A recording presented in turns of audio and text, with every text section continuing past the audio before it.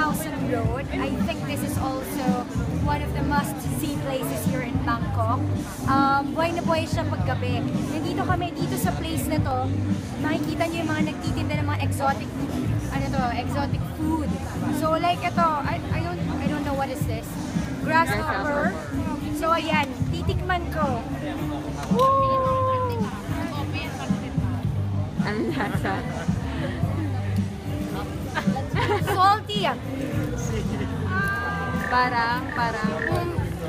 It tastes like, in English to my friend, I just ate a grasshopper, fried grasshopper, and it's salty.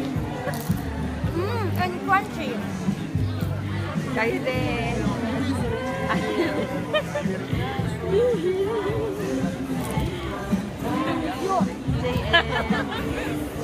Fake. Kainin mo yung kinain. Last bit. And parang eat mo sa'yo. Lahat yan. Diba? Ano yan? Isang spoon? Eat na, Hannah.